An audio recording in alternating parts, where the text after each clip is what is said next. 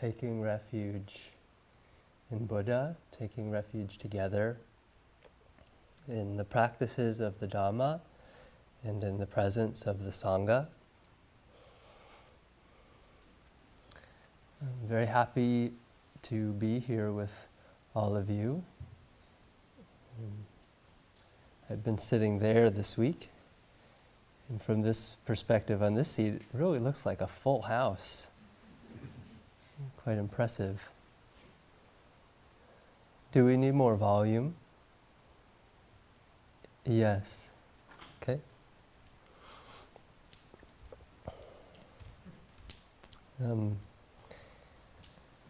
It's the challenges. I just went for more internal volume. But it's the challenges of Sesshin that really make Sesshin. As a thing that we design and implement and practice, I don't think that there's necessarily a challenge that we force to be a part of the structure, but it is something that we inevitably experience. One of the most useful pieces of advice that I remember receiving was when I was on an airplane sitting next to a man that was from Cuba, I recall. And I think the plane was coming back from time in the Andes in my early 20s. Because I was composing marimba music for the monastery, and I remember he noticed the sheet music, and that's how the conversation began. But he said, do not pursue difficulty. Do not pursue difficulty. It is pride that pursues difficulty. Do not pursue difficulty. Difficulty will find you, and when it does, do not turn away. And that's humility that remains open when, as Hogan Roshi has often been saying, things come to meet us, including difficulty. That remains to be the case throughout this process of Sesshin. I often wish, as the final portion of Sesshin approaches, that the formula that I thought I had heard and believed in early on were true. The formula that there's a kind of activation energy at the beginning, there's challenge and struggle, a threshold is crossed, and then it's open sunlight and blissful skies straight up until the end. But it's not the case.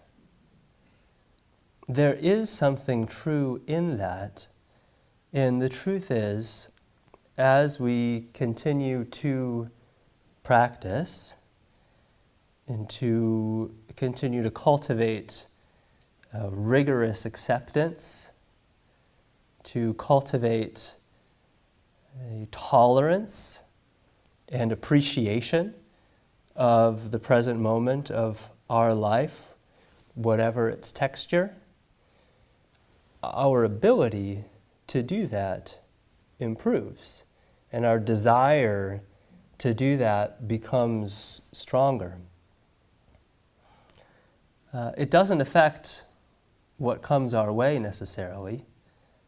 So the contour of the ups and the downs are still the contour of the ups and the downs. But our ability to meet them and to be more intimate with them certainly does improve.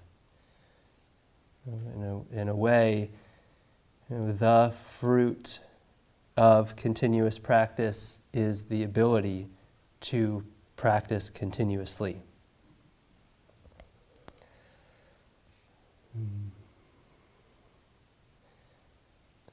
a different family trip. I recall there's a popular touristy thing to do on Maui, where you drive up Haleakala, the 10,000-foot volcano, and then just get on bicycles and cruise down 10,000 feet of asphalt. And it's very fun, it's very peaceful, and it's very relaxing.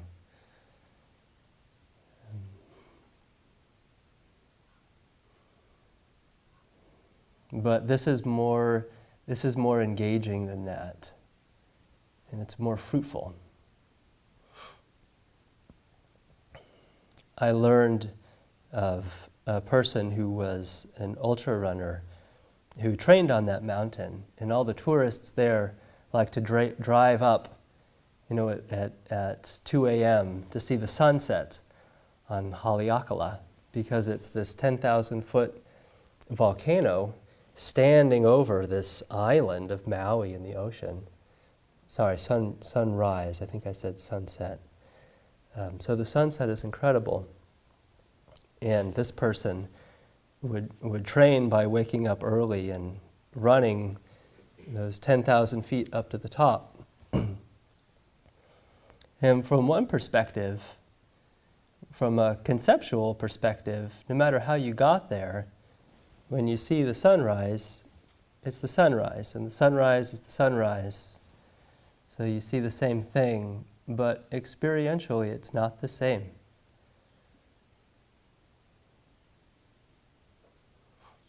And if you really work to get there, the mind that arrives, the body that arrives is different. And because the mind that arrives and the body that arrives are different, what they see is different. And so please continue to engage in a way that's very real and thorough and gratifying throughout the entirety of your life of sesshin. There is no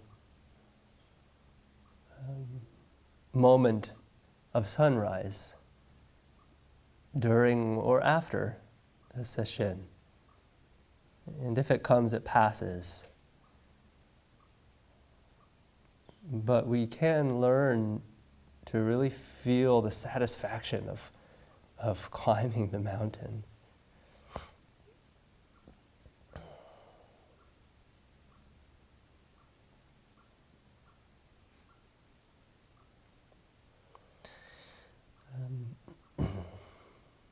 So I've been working with illness in the body the last couple days, and I'm curious about this phenomenon of sickness and health. On both the level of recognizing the fundamental health that is to be alive, to perceive, to feel, that irrevocable quality of what we inevitably are that is healthy, and also the subtlety of actually what is healthy and what is unhealthy, what is beneficial, what is harmful, on an ever more nuanced level. And of course, these two things aren't separate. And one of the very healthy things about being sick is it helps obviate what's really nourishing and what is depleting on a visceral level. It becomes very easy to see in going to the past or the future that there's a kind of visceral stress that builds in the body, and how relieving it is to let go of that. And little things like how deeply nourishing ginger is, and eucalyptus and sunlight and wind on the skin, and how like sugar feels good on the head but doesn't actually go much deeper than that.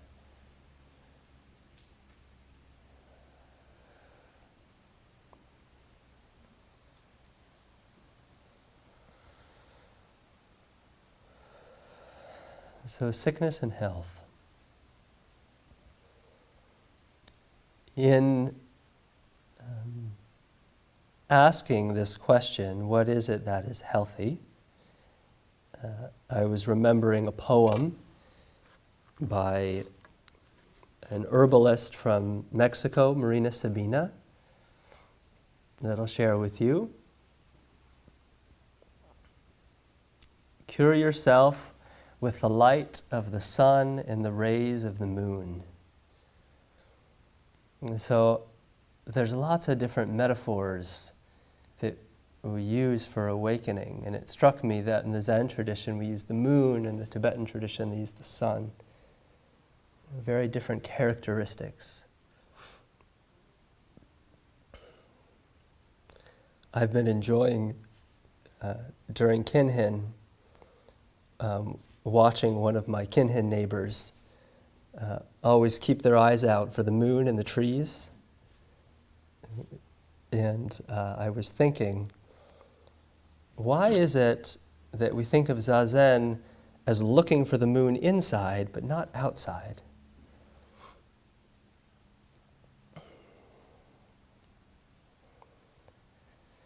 Cure yourself with the light of the sun and the rays of the moon, with the sound of the river and the waterfall, with the swaying of the sea and the fluttering of birds. So this is very evocative of intimacy and really letting ourselves be touched by the things that are around us, which, as we let go of our various veils of bondage, we're able to do. I was with my younger brother in the Andes, and we were hiking, and it was very hot. And we had run out of water. We arrived at a river, and the two of us were very thirsty. And I remember laying down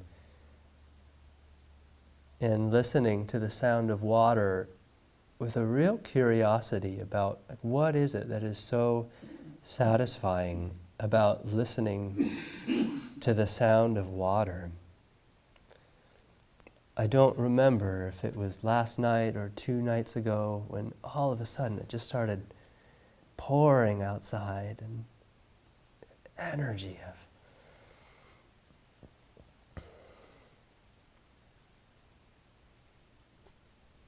and it's what we are, right? Water. There's a poem from Chosen Roshi with the line, "Puddles of water sitting in the rain," referring to people doing Zazen.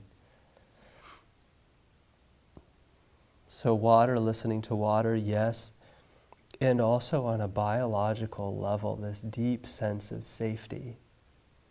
Wow, right there, that's the source of my life. And I'm with it, and it is with me. Heal yourself with mint, with neem, with eucalyptus. Sweeten yourself with lavender, rosemary, and chamomile. Hug yourself with the cocoa bean and with a touch of cinnamon.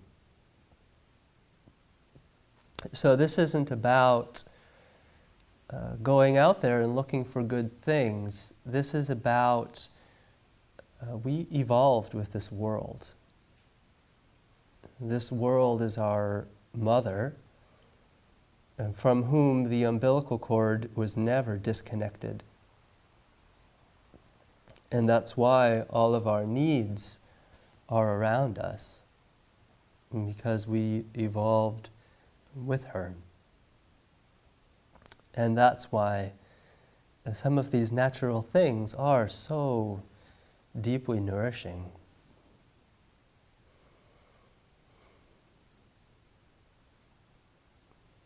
Put love in tea instead of sugar. Put love in tea instead of sugar.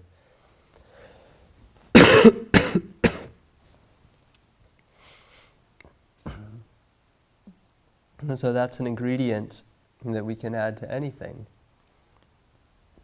It's an ingredient that we can add to our zazen. It's not expensive. Sometimes it costs our life.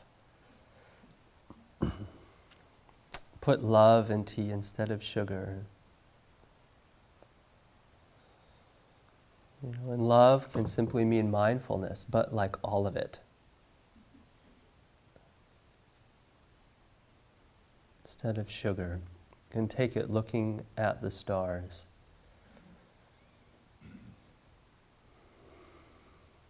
Put love in tea instead of sugar and take it while looking at the stars.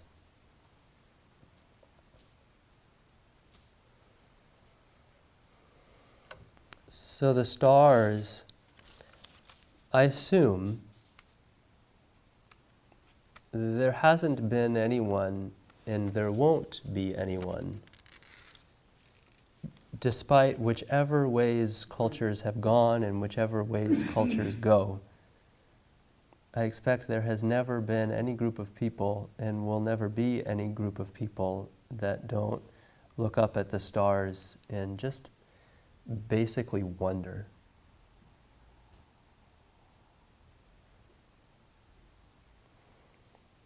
Because they put us at the frontier of our knowing. And we'll always do that.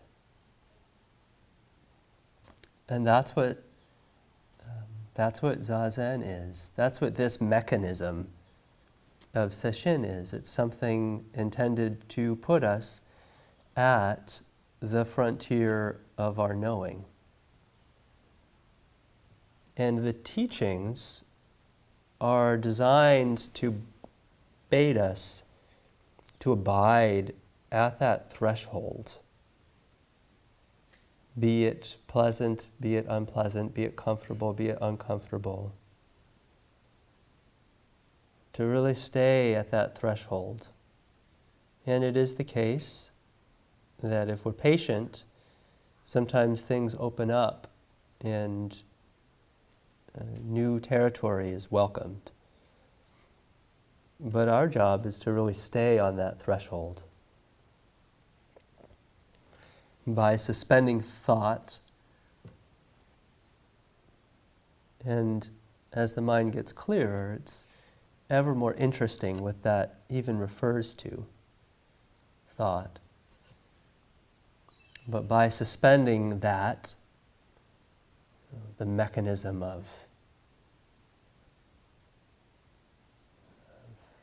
move, we approach that frontier. Heal yourself with the kisses that the wind gives you and the hugs of the rain. A memory that continually gives me joy. While running in Iquitos, Peru this summer, in the city, really intense rain came in, which is common in their weather in the afternoons. And there was a little girl who went out to play in the rain. And then her father, who was an auto mechanic and just like covered in oil and grease, he came out with a bar of soap and stood next to his daughter and just bathed right in the middle of the street. Gave me so much joy.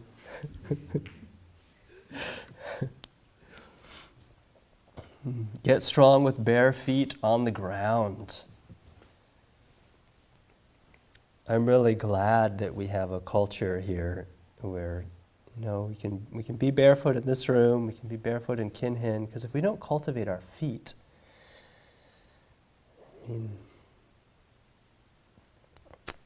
it's our connection with the earth, it's our foundation. When we're standing,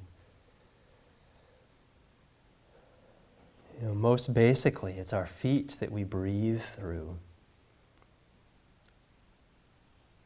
There are Zazen instructions talking about the lotus postures that talk about the importance of being able to breathe through the feet, and that's some of the importance in having a foot turned towards the sky. Equally true if we have our feet on the ground in chair posture, to really see that we're breathing through the feet.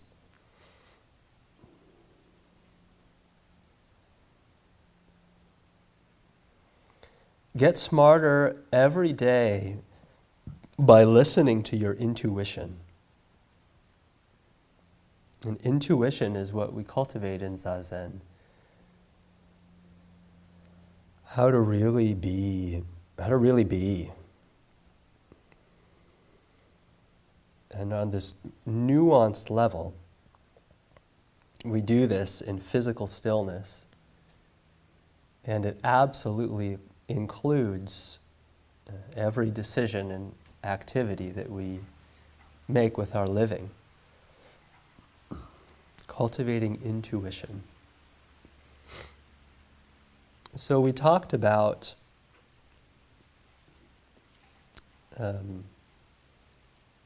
Hogan talked about the sixth ancestor, Huineng, yesterday.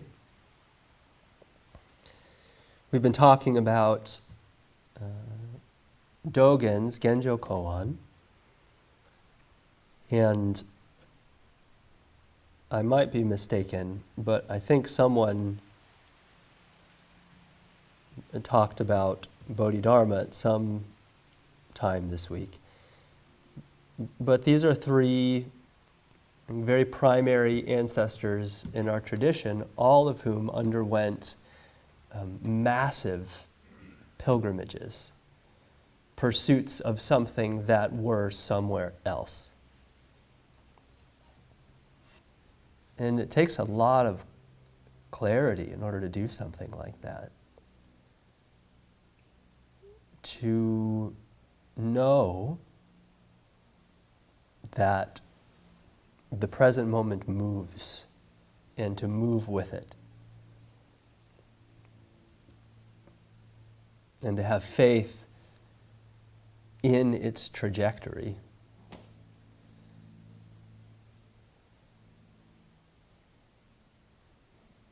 In Zazen, we learn to enter the present moment. And then as we live, we recognize that in order to fully engage this life, there is something that I must do with it. And these three ancestors, Bodhidharma, Huineng, and Dogen, we celebrate that they really recognized there was something so important that they really needed to go in pursuit of it. Now, with Bodhidharma and Huineng, we're more talking about stories that have evolved within the tradition of Buddhism. And they're stories that really have a life and a vitality to them, in part because they're really born from the deep values and wisdom of the storytellers, who are us. We tell these stories and we recognize the wisdom in them because that wisdom is our own. With Bodhidharma and Huineng, these aren't so much stories that have a lot of historical or archaeological support. Dogen's very different because this is a person who really wrote about what he did, and we have that information. He's also a lot more recent. But it's not historical corroboration that makes a story real. It's our really getting the essence of the story that makes it real. So in the case of Bodhidharma, but in a nutshell, we have a story of a person who near the end of their life, went from India to China. We imagine really wanting to share something very rich and valuable that he had touched in this other land. Having an encounter with a political and religious authority that from one perspective didn't go particularly well. So he went out and meditated in a cave for 9 years. It was one very short way of telling that story. And what's really interesting about that is how much faith and patience that requires, and how much not knowing that requires. We really don't know whose awakening we're practicing for. And we never will. And that must have been equally the case for him. I'm sure for some of those 9 years, he might have been thinking, what the heck am I doing here? I miss chai. Should I try and talk to the emperor again? But to continue and really not know what the outcome is going to be. I mean, faith is a verb, right? To continually touch in with the mysterious element of our life, and just not let our doubts get in the way.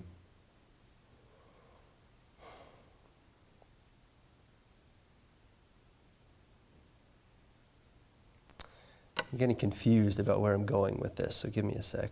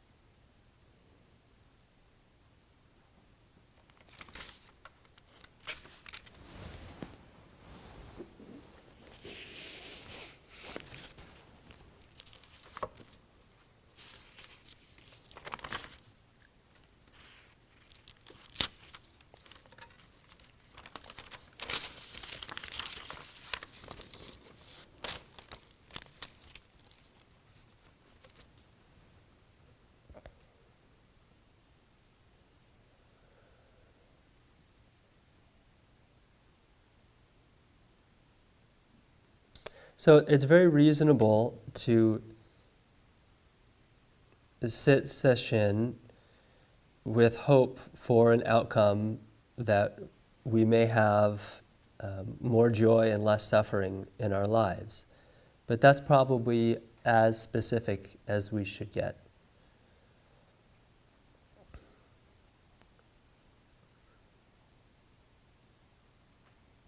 Because to really do Zazen thoroughly is to really not know. And that's what the practice is.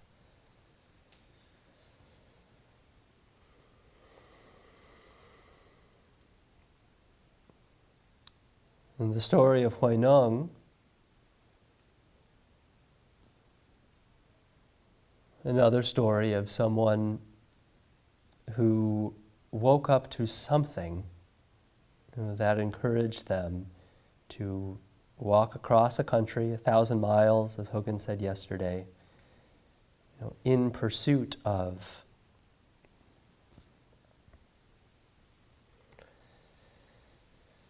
So what is important to us here is, what is it that is important to us? And to really become clear about that.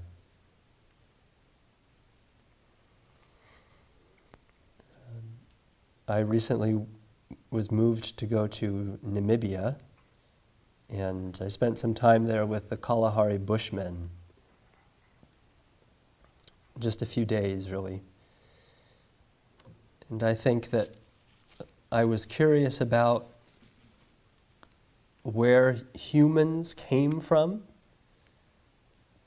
and our ancestral relationships to nature, and then what our purpose might be now. And I feel that what I touched there in traveling in the desert with these people, tracking animals, having the experience of feeling like we were getting close to a herd and starting to run in that direction, and then seeing on the horizon, this herd of animals whose tracks we'd been pursuing. And then feeling that deep, visceral drive to continue within, because we were hunting. It was a very, very ancient, if not transcendent feeling.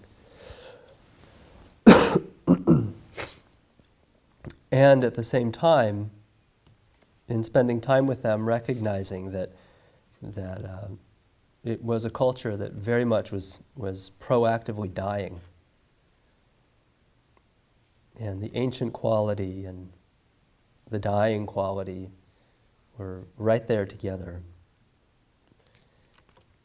As Bancho said, this session used to be called Longing for the Ancient Way, Longing for the Ancient Way, and then became Walking the Ancient Way. I don't know what the name is now. But there's a thing that we really revere aspects of our ancestors. And if we do so with a hungry ghost quality, they really had it and we don't, that's not so good. But if we bring to life values that we hear about or read about, and that's very good. And we have to work modern day to really keep those values alive.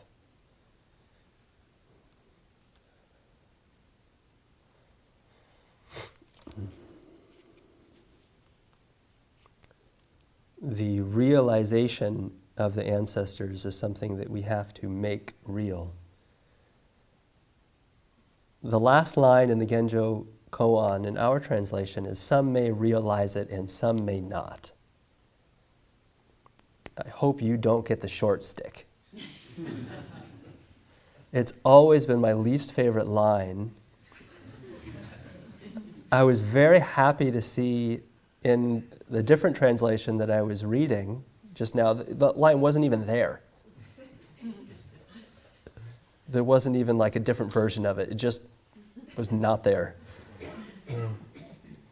Some may realize it and some may not. Some may make it real and some may not. So how do we make it real?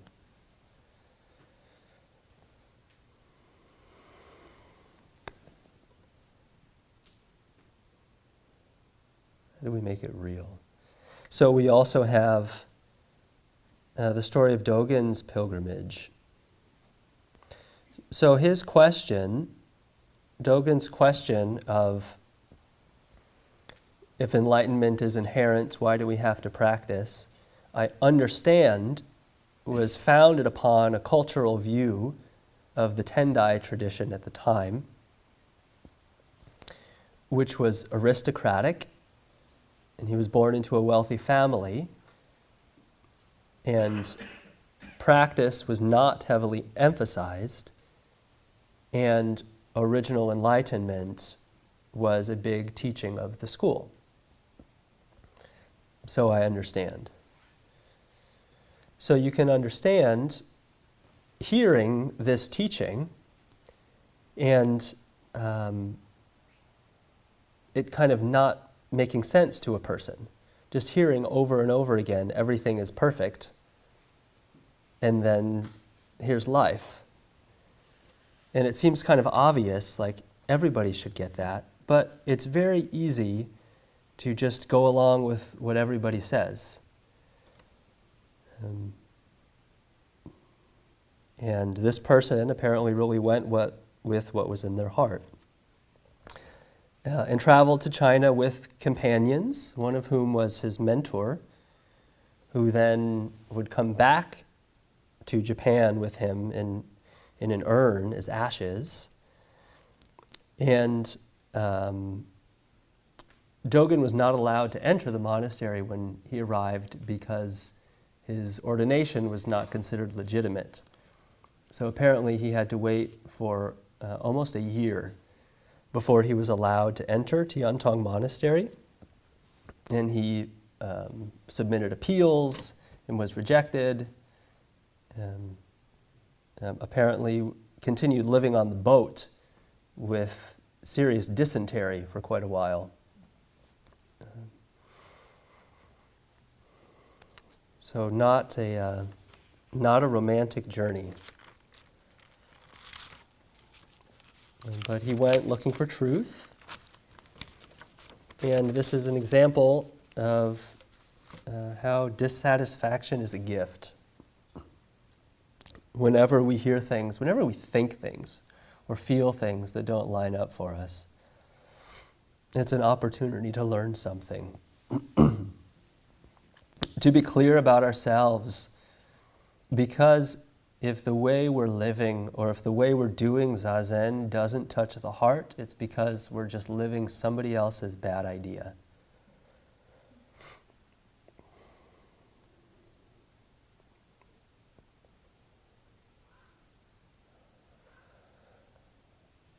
We have to really, really, really learn how to unplug. How to unplug from ourselves.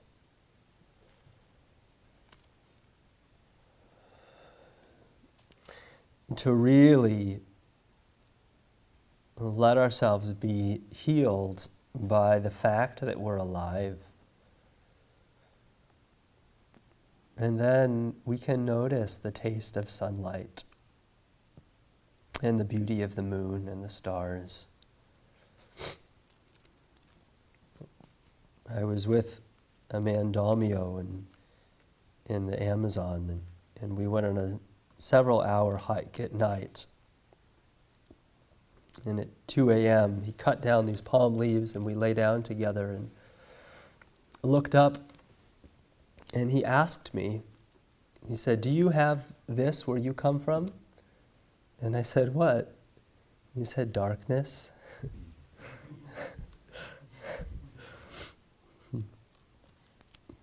I told him it was hard to find. He was very proud. Yeah.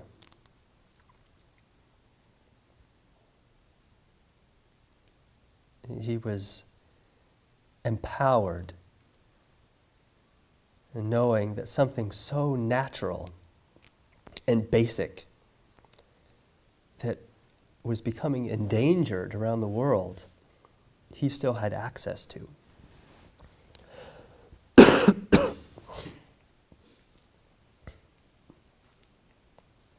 And Zazen is the most empowering thing for us.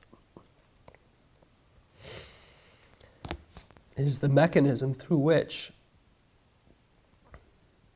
we can no longer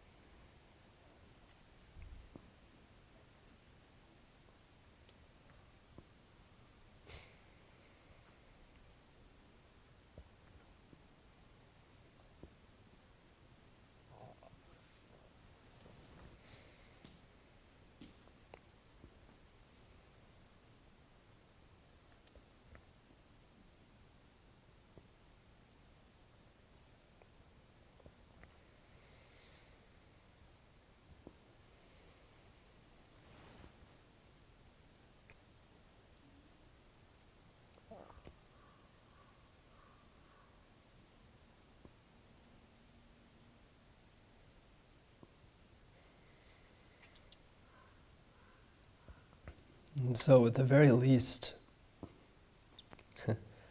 what we learn in Zazen is how to breathe.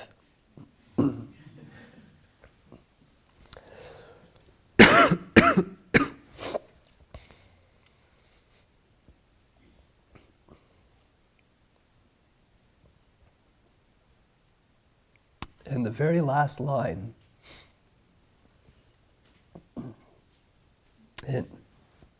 nope.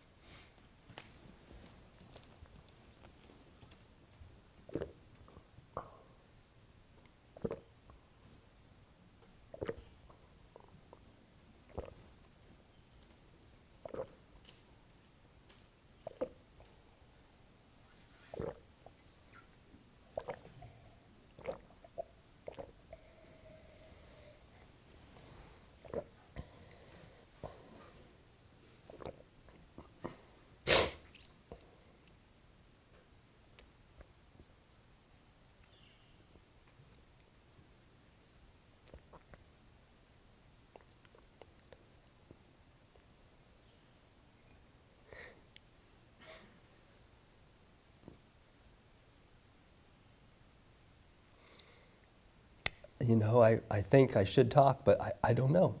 I don't know what should happen.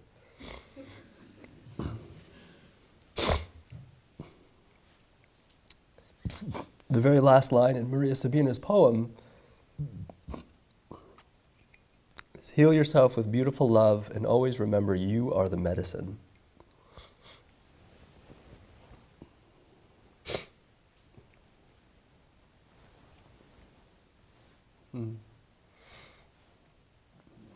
Every thought, every impulse, every desire that we have is not half as interesting as its source.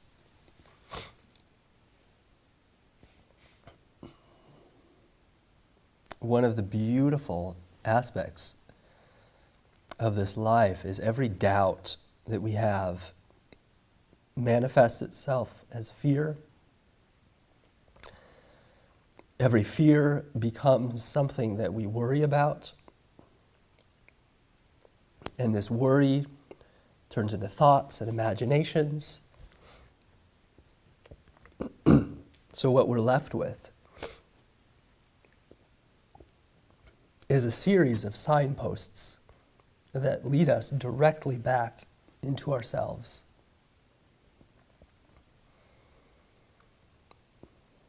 As if this whole life were a map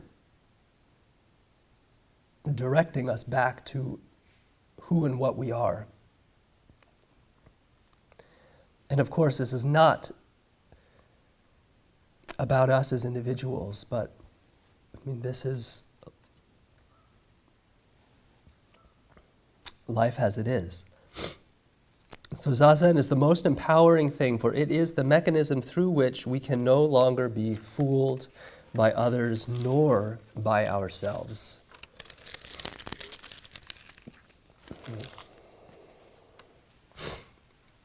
Heal yourself with beautiful love and always remember that you are the medicine.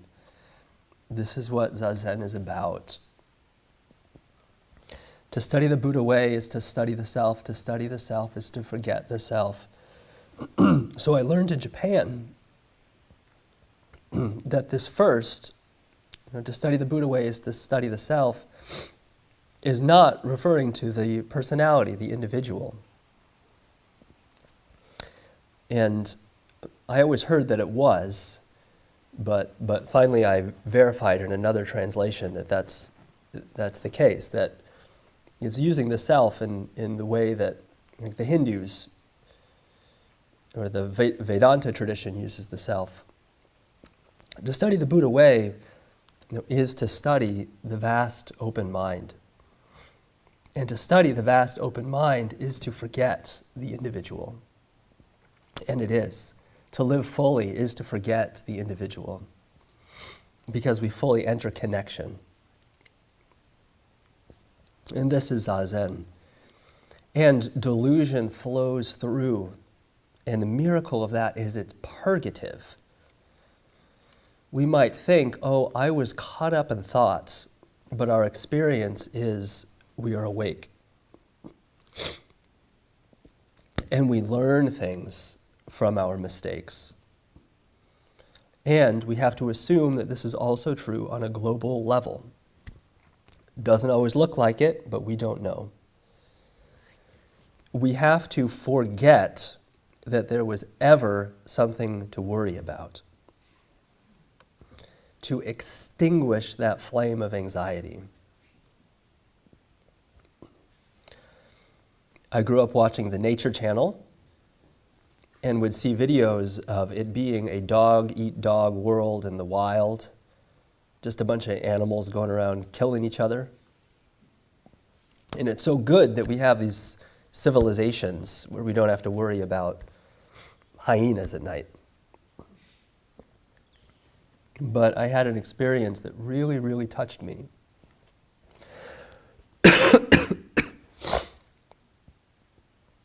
And I maybe should just stop because I'm having such difficulty talking, but I'm going to share this with you.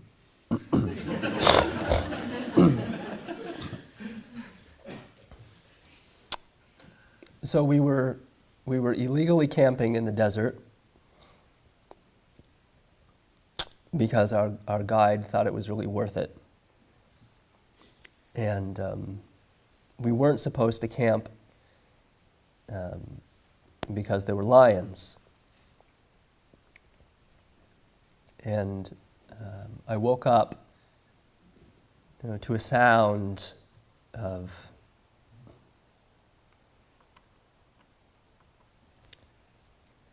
just like the clank of hoofs on rock. And I could just vaguely make out a herd of some kind of antelope walking by, maybe 100 feet away, kind of in a line towards the water hole, which we were near.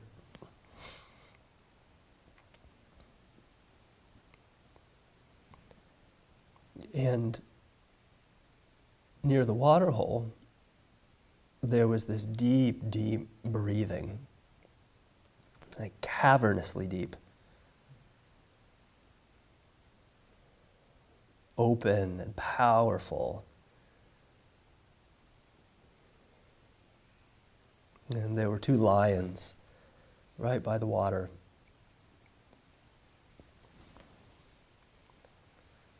It was 2 a.m. or so.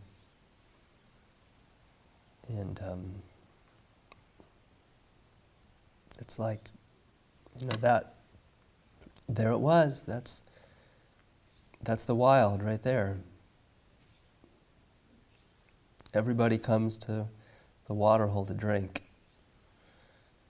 And the antelope were there, and the lions were there. We were there. Nobody was eating anybody.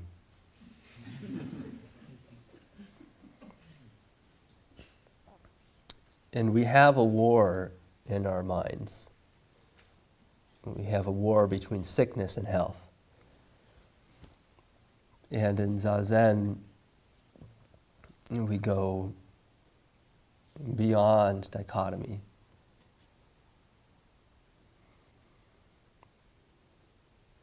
And, find that water.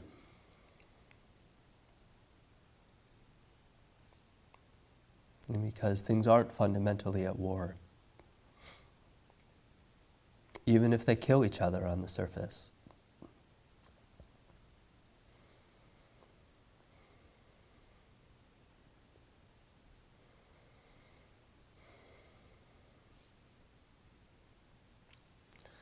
Okay, time to close.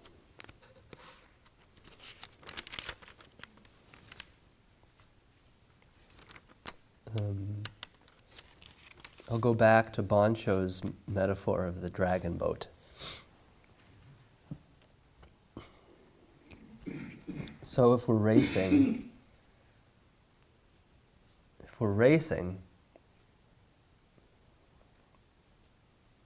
we either win or we lose.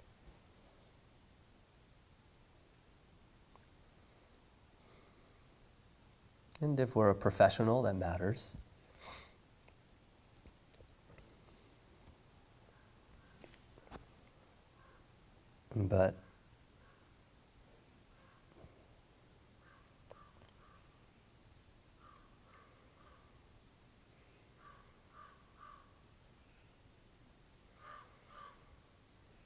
But in any event like that,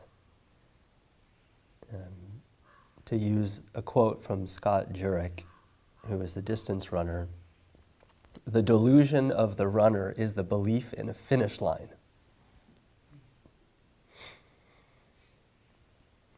You know, we don't race to win or lose, we race to race.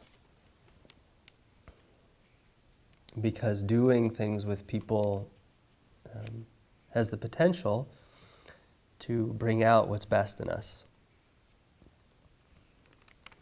We do it to really put our paddle in the water and to engage our entire body and mind. And the delusion of the sesshin participant is the belief that there's a last day.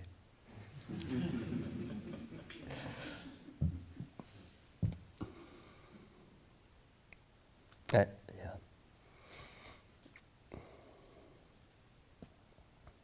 Because it's about putting the paddle in the water. Now, it is the case that the more we run, like the higher up the mountain we can get, and the more magnificent the view.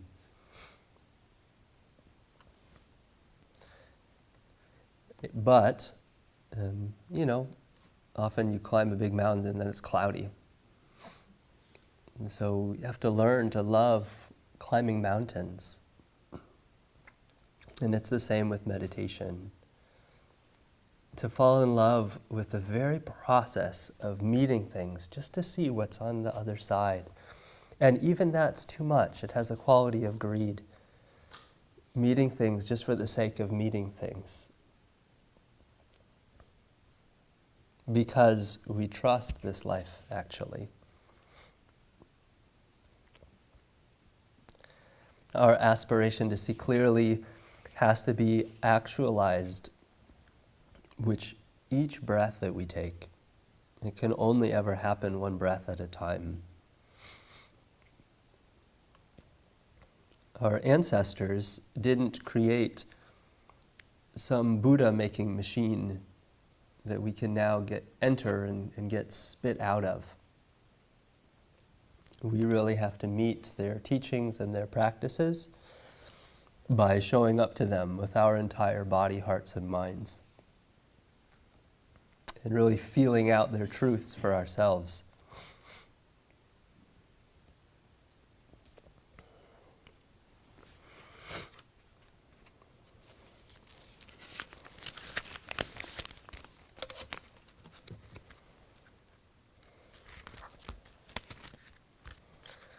One more final passage on healing. As I said at the very beginning, we have this if we look at healing and sickness as two things, then we're either one or the other. But there's also our basic quality of being alive, which is neither healthy nor sick, but because it's there, it is fundamentally healthy. And a step above that, we have the nuance of learning what's healing and what's sickening. And these aren't two levels, they are one. This is a quote from Uchiyama Roshi. It goes without saying that air is more important for the physical life of human beings than money or diamonds.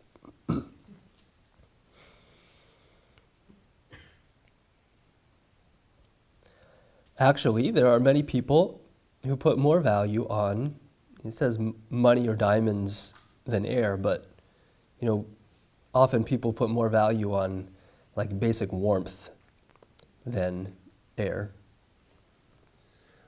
Although we cannot be alive for even a moment without air, we often lose sight of this truth because we're surrounded by it. Even if we lose sight of it, we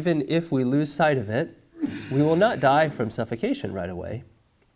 But if we continue to pollute the air for the sake of maintaining our luxurious lives as we do today, written 70 years ago, the time may come when we will suffocate. Therefore, it is a problem for us to lose sight of the importance of air. Thus, we are always living in the present that has nothing to do with appearing and disappearing. The present moment is always the present moment. But if we do not value the present moment as the present moment and instead use it to fulfill our illusory thoughts, instead of really valuing this, taking it for granted and bouncing off of it, if we do this, we certainly will suffocate. It is truly important to live without losing sight of the present moment as the present moment. This is why we have to endlessly deepen it. The present moment becoming simply the present moment. This, becoming simply this, is more essential than air. It is more essential than air. More essential than whether we are alive or dead.